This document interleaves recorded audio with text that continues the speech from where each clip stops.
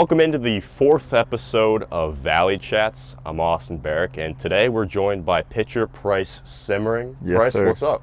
Oh, there's not much, man. Gonna go down to Anchorage today, hopefully take 2 from the Pilots and get first place and run with this sucker. Sounds like a good plan. Let's start at a 30-foot angle right here. What's the Alaska experience meant to you so far? Oh, it's been awesome. Obviously, getting up to pitch up here and play baseball up here is one thing. But for me as an outdoorsman, it's always been a dream of mine to come to Alaska, and the fishing is unbelievable. Obviously, there's nothing to hunt right now. But yeah, I mean, going to fish the rivers, the lakes around here full of rainbow trout, landlocked salmon, all that kind of stuff. So it's been a blast. So would you say your off days are almost as fun, if not more fun, than the game days?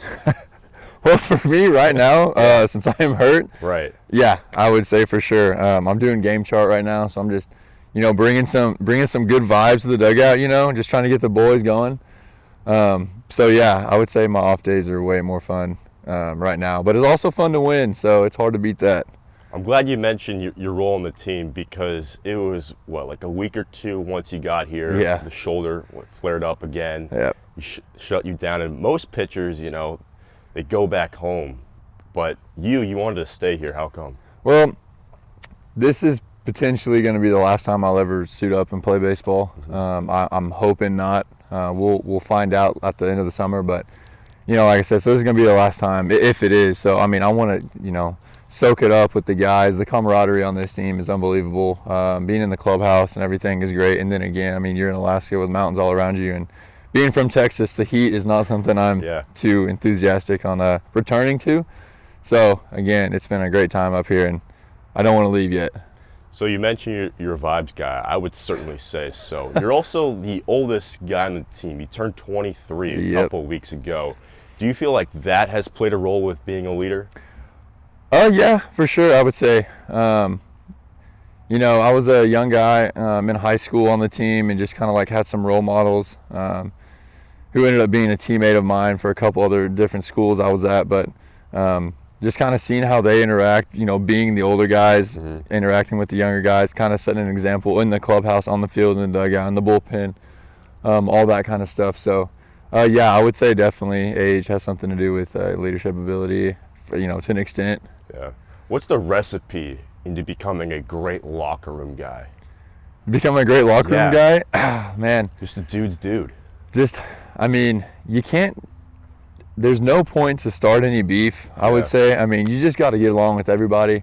I'm a pretty vocal guy. I know a lot of people aren't like that. I could sit and talk, to a fence post for an hour if I felt like it, So, I would definitely just say, you just got to have a good attitude all the time. There's a saying in baseball, don't let anybody see if you're going 0 for 4 and let them, with your body language, going 0 for 4. Same thing in the clubhouse. Everything outside of baseball, that's where it goes to die, at the front door. So you're in with the guys, you're getting to play baseball today. So you just gotta go in and you gotta have fun, make jokes, make fun of people. Yeah, absolutely. Kind of you had a friend here who came here for not 1, not 2, but 3 summers for baseball. What did he say about this organization, this place, that made you want to come here? He said it was by far the best ran organization, pardon me, out of all the teams. I'd have to agree. Yeah, all the teams up in Alaska. And he's like, dude, I had to keep coming back. And last year I tried to get up here, was unable to. So anyway, I was coming up here regardless. He's an outdoorsman like myself, and he said, he's like, the fishing's great. He's like, I wake up 4, go fish, come home, take a nap, and then get ready for the game. So I was like, well, I'm part of that. That sounds awesome. Yeah. So did you know Pete and Denise Christopher well before, like, May, June of this year? No. Actually, Pete reached out to me in November, I think. November. Called me, basically kind of gave me the rundown of everything. He's like, want you on? I was like, sweet. I've been trying to get on. Yeah. And anyway, sent me an email with the contract and everything. I signed it as fast as I could. Yeah. Sent it back up, and I reserved my spot. You're like, you don't need to tell me what's going on. I know Literally, I was like, dude, I'm coming. Price Siemering, I'm Austin Barach. This is episode 4 of Valley Chats. And Price, you mentioned, making jokes, keeping it loose.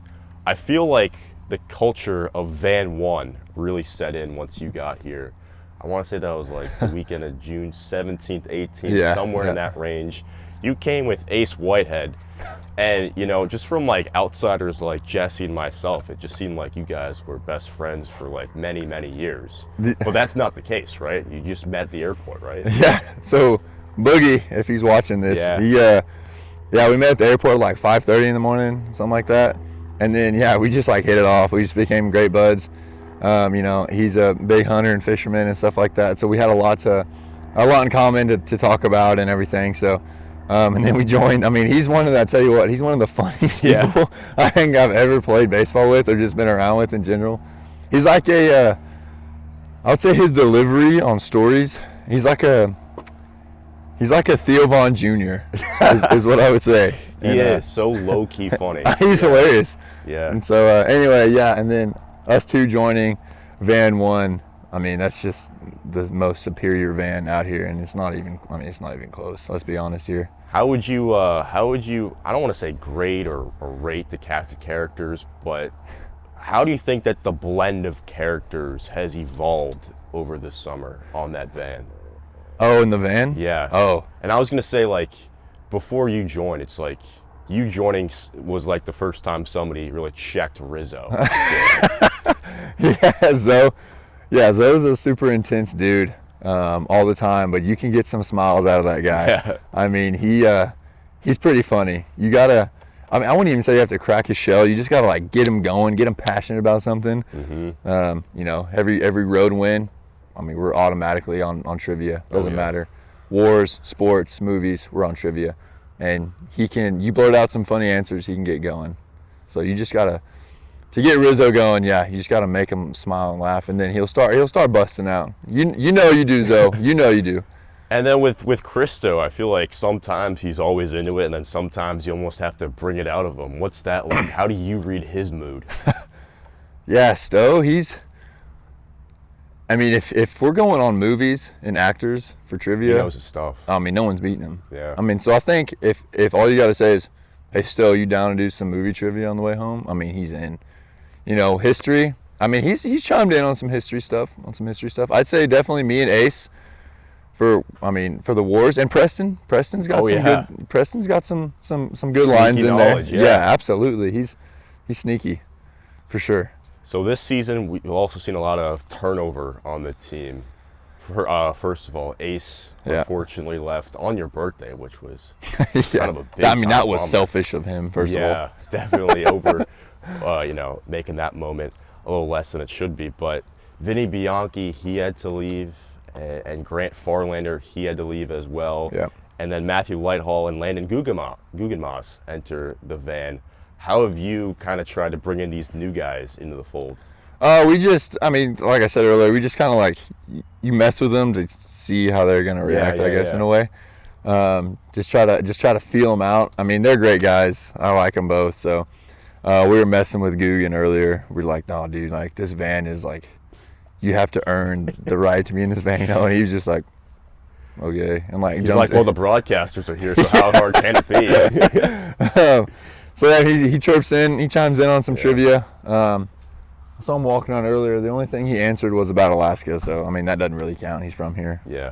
So let's talk about your recruiting, not here, but in college. You first went to Temple College in Texas. You're from Dripping Springs. Mm-hmm. What was that process like? I was going junior college regardless. Yeah. I had some injuries in high school that I missed a lot of reps on, especially my senior year. I missed probably a month or more of the season with a broken finger. It's not ideal to hit with, or pitch with. Luckily it was my glove hand, so I would just tape it up and then throw it in there.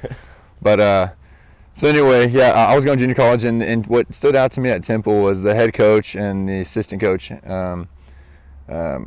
Craig McMurtry and Frank Hellner, who's now going to be the head coach at St. Mary's in Texas. But and then Nathan Train. I mean, great coaching there. Craig, I want to say was. Get out of here, plug. Craig, I want to say was 9 years in the big leagues.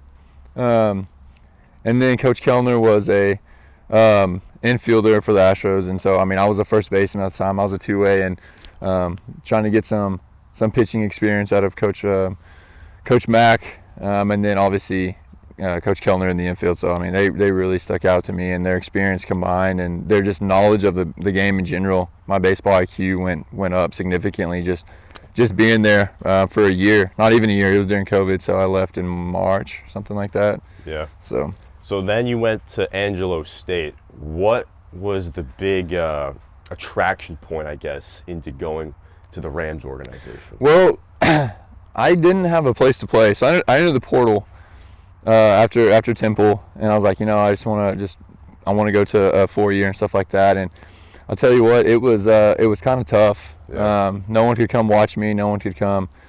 I mean, I could take videos and send it out, but everyone's got videos. I mean, you try to get a feel on a guy. You see their personality, you see everything about him. And to tell you the truth, really, I hit my knees one night and I was just praying. I was like, Lord, please, like I need a place to go. I've been trying to do it on my own. I can't do it, and I just really need you here. And it was unbelievable. I hadn't picked up a baseball in over a week, and then 2 days later, after I hit my knees, a pitching coach of mine called me and said, "Hey, Angelo State's coming through Austin to go to Houston to recruit. Do you want to throw a bullpen for him?" And I was like, "Sure." I mean, I hadn't picked up a ball in a week, and so I got my little brother out there and played catch to like 60 feet for a couple of days, get the arm going. Yeah. Threw a pin, had a pretty good pin, and then they took me on. So I mean, I was extremely fortunate and blessed to have that opportunity to go play for them. It was amazing. How have the years at Angelo State progressed? So my first year there, we went to the College World Series. That was awesome. It's got to be hype. Oh my gosh, yeah, it was sick. I mean, that's a dream, obviously. Second year, we went back in 22, and then had a great run. I had a good run. We should have played a little bit better than we did, but that's okay. And then this past year, we ended up winning it all, taking home a natty, and so, I mean, you just can't describe that. Yeah. That's Price Siemering. I'm Austin Barach. This is episode 4 of Valley Chats. And Price, now that you're here, the summer is winding down. What would you say has been like the best part of this whole experience? Oh man, I definitely say getting to know the guys and the coaches. I mean, and Pete and Denise. Excuse me, I just burped into the mic. Oh, there. You're good. Pete and Denise, and I mean, just a great organization up here. And again, I mean, the clubhouse is hilarious. The van rides are awesome. Playing the game of baseball is something I've been doing since I was 4 years old. So I played with a lot of guys and a lot of different people, and I'd say that's something that I look forward to every time I'm going somewhere new, is just meeting new guys. And you build friendships that last forever out here. So Ace, we talked about Ace earlier. Yeah. Boogie, I mean, he's a great friend of mine already. We still talk every day, and actually I'm going to be the best man in his wedding. The guy that was up here. Oh my gosh. Not Boogie. Oh, okay. But the guy was up here for 3 years in a row. Yeah. And so I met him at Angelo State. So baseball brings a lot of people together, and I would say that's by far what has been I guess like the thing that stuck out to me the most this summer. And most people on this team, most of the guys, they come in pairs or trios from their own college. Right. You went solo. You weren't scared of trying to meet new guys, right? No. I was riding. I was lone wolf up here. So. But you found your pack. I did. Yeah, I found the pack. That was so corny, my bad. Oh, that's great.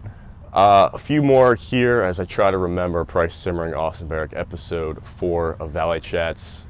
You've been living here in Palmer and Wasilla. You're from Dripping Springs, Texas. Yeah. I know nothing about the actual place of Dripping Springs other than that it's in Texas. That's right. Describe Dripping Springs. So, Austin. Do you know the slogan for Austin, Texas?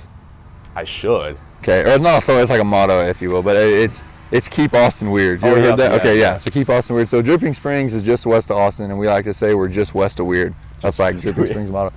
So growing up, it was a smaller town, and then now with Austin kind of creeping out, it's exploded. But it's beautiful. I mean, it's the gateway to the hill country is what we call it. So, you have creeks and streams all over the place, big rolling hills, big live oak trees. It's beautiful.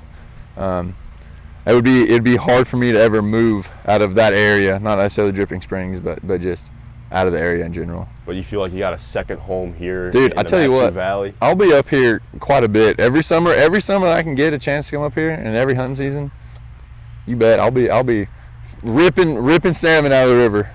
I heard hunt season is August, September. Is that right? Yeah. Here? Yep. So you wish you could stay here a few more weeks. Dude, if I could stay here, financially, we might have to win the lottery coming up soon. Or I don't know what I'd have to do. Maybe sell a kidney.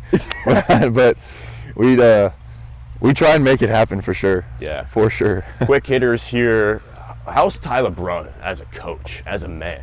Dude, definitely a player's coach. I mean, he's great. He's a guy that you can BS with in the clubhouse, and constantly just, I mean, Millie especially, Millie entire like teammates, I swear. Yeah. And so they pick on each other and they make fun of each other and they mess with each other constantly. So, I mean, to have a guy like that in the clubhouse as the head guy, I mean, it's good. You know, I think Ty's really good at flipping the switch. You know, when it's game time, it's, you know, we're here to kill somebody. You know, we're not here to screw around and mess around. Obviously, we're here to have fun and it's summer ball in Alaska, and you know, we're trying to compete and get better, but you know, we're trying to win. So I think he does a great job of that. Who's the one guy on the team, now that you have like basically a week left in the season, that you wish that you could make more fun of, but they haven't really allowed you to? To make more fun of? Yeah. I know it's a tough one. That is kind of a tough one. Like maybe somebody who's a little introverted, who's like, oh, let me stay away from Price. Well, I mean, the guy that comes to mind is Hannes. But I was thinking the same thing. But you can't make fun of him. I mean, Hannes is just, I mean, that's Hanny, you know? Yeah. I mean, he's just, no, he's not walking around, but I mean, I don't even want to make fun of him, you know? I mean, he's just a great guy. Scared of him? No, I mean, no, Hannes is a great dude. But yeah, in the clubhouse, I'd say he's one of the most introverted guys. So yeah, gotta be Henny. What's it like living with Brandon Downer? Downer loves to sleep. I can see that. Yeah, he loves to sleep. I'll get up and start moving around. I'll go make breakfast at 8, kind of get going. I'll be bored, so I'll play pool by myself like early in the mornings. And then I'll kind of watch YouTube and do whatever. There's Downer right there. Downy! What's up? What else? Yeah, he'll go to the gym at like noon. I'm like, dude, we got a report at 2 o'clock, and then we'll get here at 11 or at 1:58.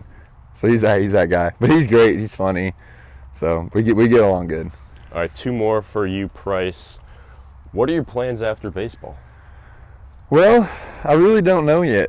I've always been interested in ranch realty, or just sales of raw land, stuff like that. So, and then again, like I talked about, honestly, making a hunting career. I would love to travel around and just explore all of God's country and just, you know, chase His creation, you know, and pursue God and pursue His creation as much as I can. So, last one: the Mat-Su Miners will win the ABL championship if we take 2 today. 2 today against the Glacier Pats. You That's heard right. it here. That's Price Simmering. I'm Austin Barach. This has been episode 4 of Valley Chats. Price, thanks for your time. Austin, thank you.